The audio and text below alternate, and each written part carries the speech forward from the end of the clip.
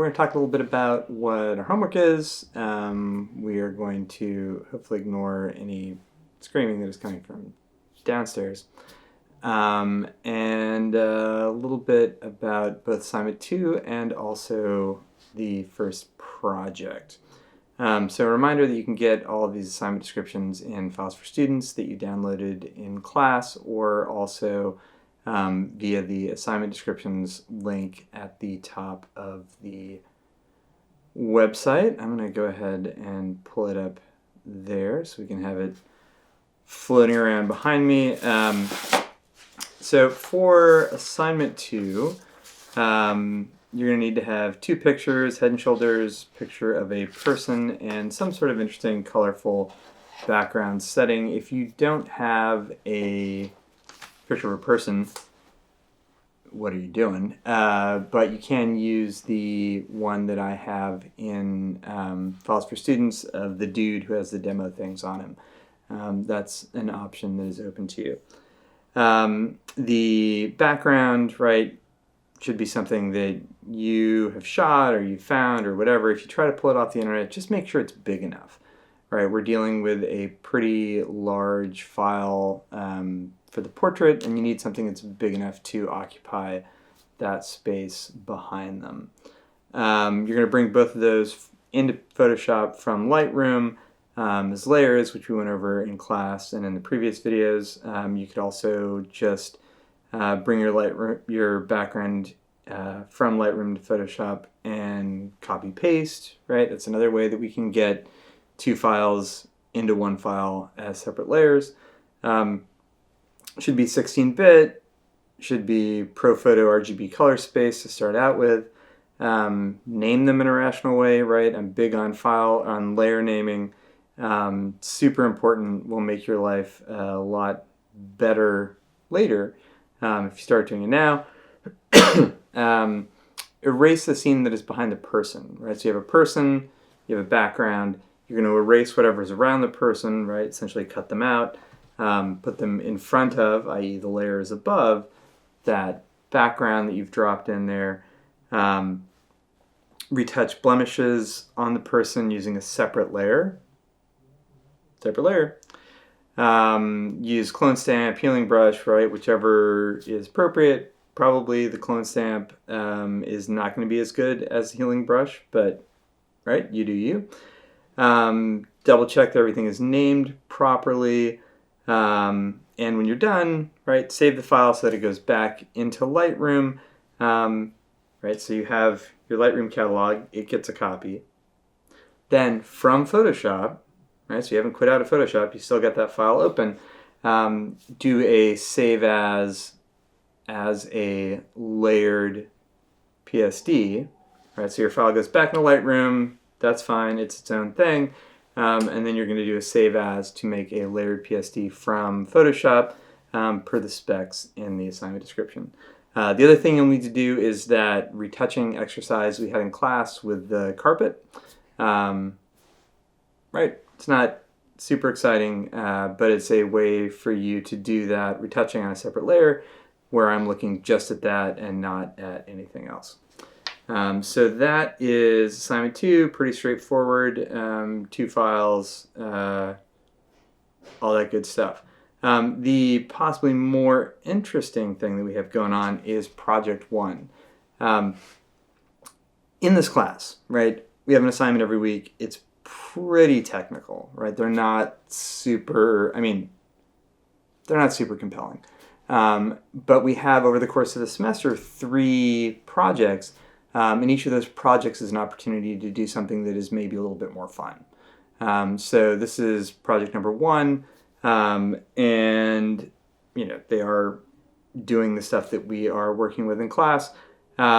So we are making a diptych portrait using compositing. So we're going to have 2 pictures. They're each going to be a portrait, and they will be composited out of these other images, right? We want to make the composite convincing. That's super important, and there are things in photographing your source images that will help that a lot. Sorry. two portraits can have some of the same files as long as you're using different parts of the files, right? So I could have, two portraits that I'm working from, and one has a nose from, my dad, and the other one has the ears from my dad, right? So that's sort of one file that has appeared in both portraits, but different pieces. So compositing together portraits, working with two, right, let me just double check that, two different images, three different images, right? So three images make up the person, right? And then there's a fourth image, which is the background. My bad. So 4 total images, 3 to make the person, 1 for the background. You have to have some kind of spotting, healing, retouching going on in there. And it should be, more than just like a hair, right? So, some skin retouching, you can get rid of flyaways. If there's stuff on the figure or on the outfit, totally legit. But it should be something that is a little bit more significant. And name your layers, right? Non-destructive color and tone editing. We haven't done any adjustment layer color and tone yet, but we will before this assignment is due, so that's going to be part of it.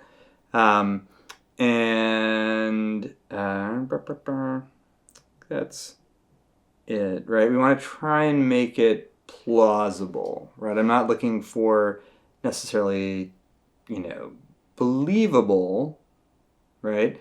Monsters Inc., not believable, but it is plausible. It is sort of like internally consistent.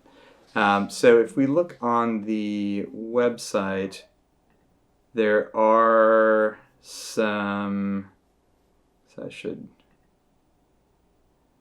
look at my screen time. Oh, jeez. Oh, God.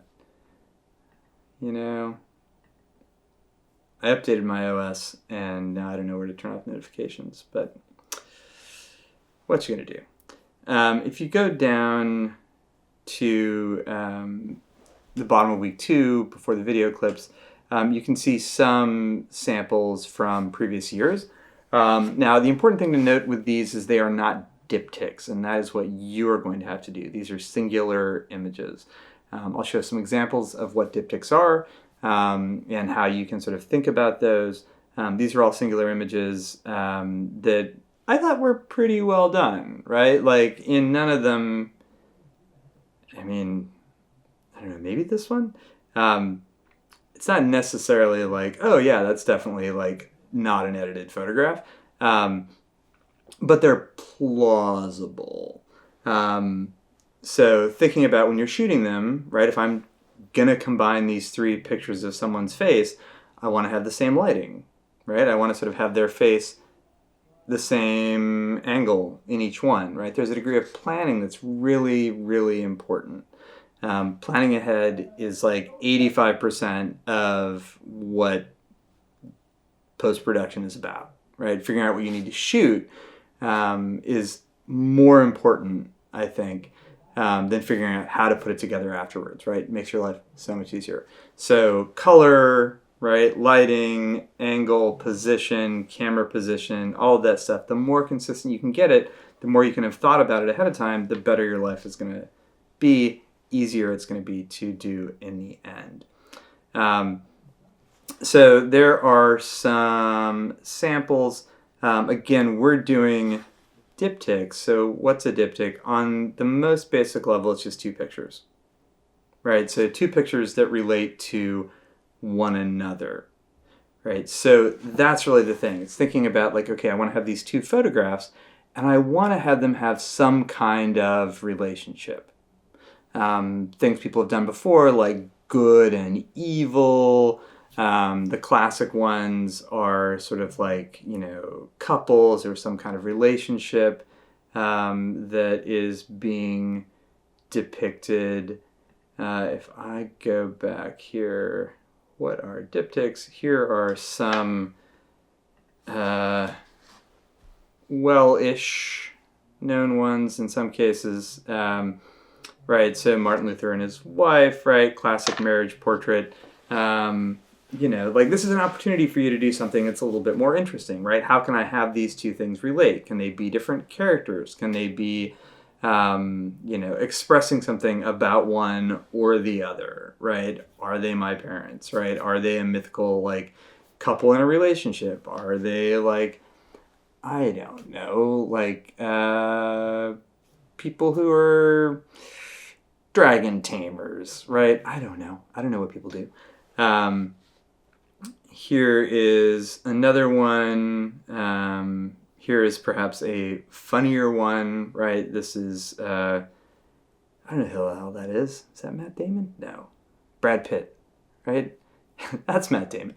And a dog, right? So they have some connection. They have a connection by being put next to each other. They also have an aesthetic connection that sort of runs through it, right? Color palette, lighting, appearance, all of that stuff. So think about this. This is an opportunity to be creative, maybe make something that's a little bit more interesting, that's sort of compelling to you personally rather than just like a piece of homework. So making it a diptych, that was kind of boring. I don't know. All these are kind of boring, right? You can do better than this. Yeah, do something better than that. Make me excited to look at it.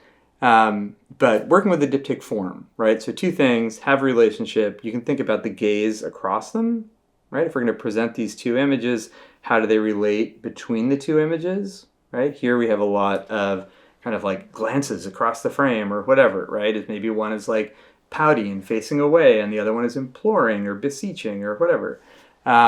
So think about that. Plan it out. Think about what you want to do. Keep in mind that you need to be doing the compositing when you're shooting it. Plan out what pieces you need to do that compositing. Light it properly, all that good stuff. But not due for a couple of weeks. Take a look on the website. I don't remember when it's due. But it will be kind of fun. Make sure that you do sort of the same for the assignment 2 homework. If you're bringing in some background, make sure that it's high enough resolution that it is going to be adequate for what you end up with in the final image. People have in the past like thought they could just grab some like island tropical background or whatever off the internet, and it was like super low res and looked like garbage. So keep that in mind. Check your file size. Bring it into Photoshop. Do the like image size. And see if it is as big as your portrait image is. All right, I think that's it. So assignment 2 due next week. Project 1 due in a couple of weeks. Take a look at the website to confirm when. Get cracking on it.